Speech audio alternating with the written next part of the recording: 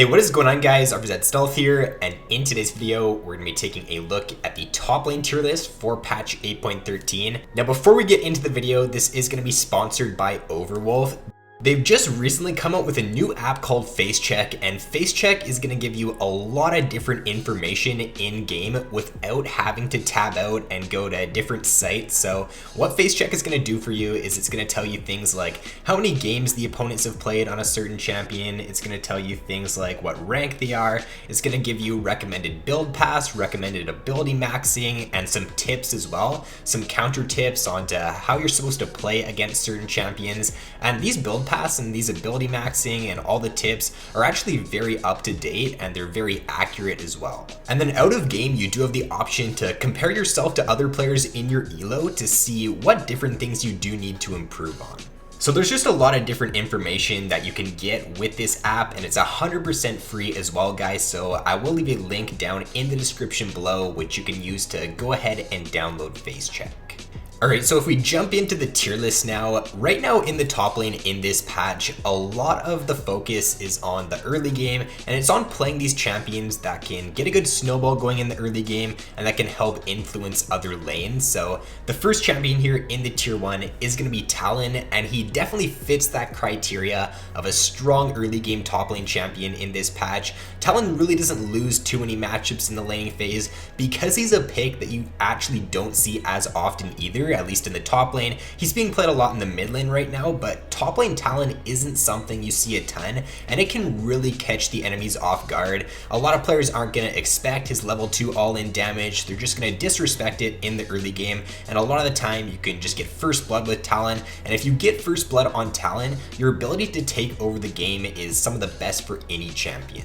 What a lot of players are doing on Talon in this patch is they're rushing a Tiamat, and if you don't think you have a ton of kill pressure in the laning phase, if you don't think that killing your lane opponent over and over again is really going to net you too much, then you can just hard shove the wave in, look for a roam mid lane, and because of Talon's E, what you can do is you can walk around, you can go over to the Raptor pit, you can jump over that wall, and the enemy is not really going to expect it a lot of the time. If your enemy or if your mid laner does have a lot of kill pressure in lane and they do have the enemy mid laner shoved under tower, then it's really easy for Talon to just jump over that Raptor pit and look for a dive. So just be looking to be really proactive with Talon in this patch. Look to go for roams, look to have kill pressure in the laning phase, and just snowball the game out of control. So a champion that I'm finally moving up into S tier and into tier 1 for this patch is Quinn. Now Quinn's always had a very high win rate for solo queue. She's always been one of the highest win rate top lane champions. I've never actually put her into tier 1 or S tier though, just because she's kind of a risky pick. If you don't get ahead in the early game on Quinn,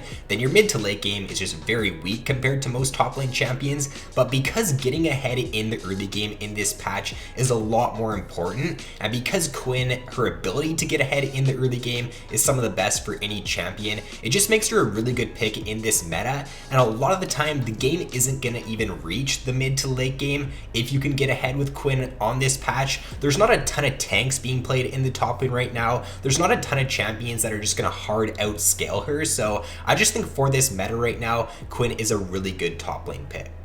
So next up here is going to be Kled, and I think that Kled for multiple patches in a row now, especially in this patch, has just been one of the most underrated top lane picks. Kled in the meta, if you can get ahead with him in the early game, if your jungler can give you one gank and you can pick up that first kill, then Kled has some of the best ability to just snowball the game out of control. He's got a lot of kill pressure in lane if he can get ahead, because if he gets ahead and he can just jump onto his opponent and land a Q, then they're pretty much dead if they don't have flash. When you hit level 6 as Kled as well, you've got your ultimate, which you can use to influence the map. So he's overall just got a great kit for the current meta, and he can snowball the game really good in this patch. With other strong top lane picks getting nerfed in this patch as well, champions like Aurelia, Camille, Vladimir, Ornn, it does open things up a little bit more for these other bruiser top laners, and if those champions and other bruisers and other top lane picks continue to get nerfed, then I think Kled is definitely going to be a very contested pick in the coming patches. So probably the best bruiser in the top lane for this patch, Darius, gets even stronger for patch 8.13 with those nerfs to a lot of the other top laners, especially to like Aurelia and to Camille. It does make Darius even better. He was already a pretty good counter pick and a pretty good matchup up against that Aurelia, and it gets even better here for 8.13. Darius is just great for the meta, similar to a lot of these other top lane picks in this video, because he does have a ton of kill pressure in the laning phase, and he does have the potential to just take over the game in the side lane, and his 1v2 potential when he gets ahead is some of the best for any top lane pick. Now for your first item on Darius, I would recommend that you don't just default to going Black Cleaver every single game. More and more people now are starting to go Trinity Force Rush on Darius depending on the matchup. So if you're up against an enemy top laner who's not going to be stacking armor, or if the enemy team is not going to be stacking very much armor, then Rush a Trinity Force is just going to give you a lot more kill pressure in the early game, and it's overall just a great item on Darius if you do rush that. If the enemy team does have a few tanks though, or if you're up against an enemy top lane tank champion, then going Black Cleaver Rush is still a good option on him. And the final champion in the tier 1s for this patch is Camille. Now Camille did get hit with the nerf to her E in this patch, and it seems to be affecting jungle Camille a lot more than top lane Camille. Top lane Camille is still doing very well in this patch. She is still one of the best dive bruiser top laners for 8.13. I think that Camille is just overall a great pick for solo queue, because you do have the ability, or you have some of the best ability in the game at reaching the back line, reaching your target, whoever you want to get onto, and bursting them out in team fights. And if you can do that consistently on Camille, if you can jump onto your target, burst them out, then you're gonna have very good success with her. I do think Camille is just overall a lot better and a lot more consistent than a lot of the other bruiser top laners. Riven and Fiora are two pretty good top lane picks for this patch, but I favor Camille slightly just because she does have a little bit more ability to team fight than those top lane champions. She's got a little bit better engage in team fights, and she has more access to the back line. So I do like Camille just because she does provide a bit more versatility.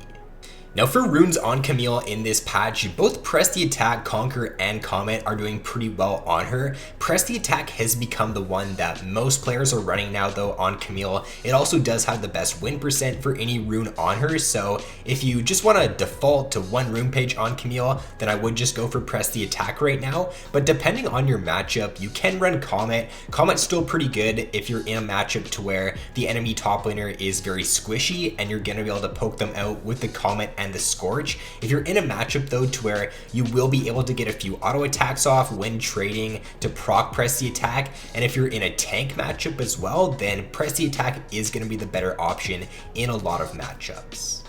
So for tier 1.5 for S- tier, now Jason Pantheon I think are very good if you can play them well, because they do have the potential to just snowball the early game out of control. For Singed, even though he got nerfed in this patch, I do still think he's a great pick. If you can play Singed well, if you're experienced on the champion, I do still think he's a very good top lane pick for this patch. And then as for Wukong, he's had one of the highest win rates for the past few patches now. He's been a champion that has always had great success in solo queue, and I think that right now with recent changes to AD carries, with them just being a lot weaker and them taking a lot longer to scale, it does allow for Wukong to really succeed inside of team fights at bursting out that enemy AD carry. He can just jump on them in a team fight, burst them out super quickly, and if he does that consistently, then you're gonna succeed a lot with Wukong. He's not a very hard champion to play. His combo is pretty straightforward. You're just looking to dive on as many champions as you can in a team fight, get a good ultimate off, and if you can do that multiple times throughout the game, then Wukong is going to be a really good top lane pick. So for tier 2, A tier, or the strong tier for this patch, I did move Gragas up into this tier. I think I had him in tier 4 in previous patches. I've moved him up into tier 2 now though, because he did get that buff to his W in this patch, and it does just add for a lot more trading potential in the laning phase now. A 5-second cooldown on your W, and your W giving you damage, giving you extra range, and also resist is just a great trading tool for the laning phase. I did end up moving Mundo down into tier 2. 2. I think the last time I did a top lane tier list was 8.9, and that was when Mundo ended up getting his big buffs to his ultimate, but over the past few patches now, he did get a nerf to his ultimate. He also just got a nerf to his E in this patch, and because he also does not have the best matchups in lane against certain top lane picks, I think he does deserve a spot in tier 2 now and not in tier 1.5 or tier 1. So for tier 3 in this patch, Aurelia is moving all the way from tier 1 down to tier 3 for 8.13. The nerfs in this patch have definitely hit her quite a bit. I still think Aurelia, if you can play her at a very high level, she does still have a spot and she can still be a pretty decent pick, but for the average player right now, I just don't think Aurelia is that good anymore, which is why I do have her in B tier for this patch. And then most of the other tier 3 picks just aren't the greatest for the current meta. They don't have a ton of kill pressure in the laning phase. Picks like Maokai, Cho'Gath, and Ornn right now are just pretty bad into a lot of the bruiser top lane picks for solo queues. So I just think overall this tier is not the greatest. It's also not the worst. You can make these champions work, but I think tier 1 and tier 2 champions are just going to have a lot more influence on the game in this patch. And then for tier 4, these are the champions I'd just probably avoid in this patch if you are looking to climb. For Nasus right now, you don't really want to be playing him because he's a scaling top lane pick, and playing scaling in this patch just isn't your best option. For Gnar right now, he struggles in a lot of bruiser matchups. He gets pretty much destroyed by most of the tier 1 and tier 2 bruiser top laners, so he's a pretty risky pick for solo queue already because it's pretty hard to work around his Gnar bar in solo queue, and because he also just doesn't have the best matchups, he's not the greatest pick for this patch. And then for Aatrox in this patch, he's not doing so great in 8.13. I think his win rate plummeted 10% from what it was in the previous patch. Now obviously with any rework, the champion's win rate is going to decrease, but most don't decrease by 10%. And I've been taking a look at the Aatrox subreddit a little bit, and a lot of players are pretty frustrated with the Aatrox rework right now, and they do think he is a pretty bad champion in this patch. So I think he is scheduled to get some bug fixes, and we will see how those end up going for him, but right now I would just avoid Aatrox. He's a new champion anyways, and you're probably not going to have success on him even if he were to be a decent pick. So that is going to be all for this video, guys. If you did enjoy, then be sure to leave a like and subscribe if you have yet to already. Also, be sure to check out FaceCheck, the new Overwolf app, down in the description below if you haven't yet. But with that being said, guys, thanks for watching, have an awesome day, and I'll see you in my next video.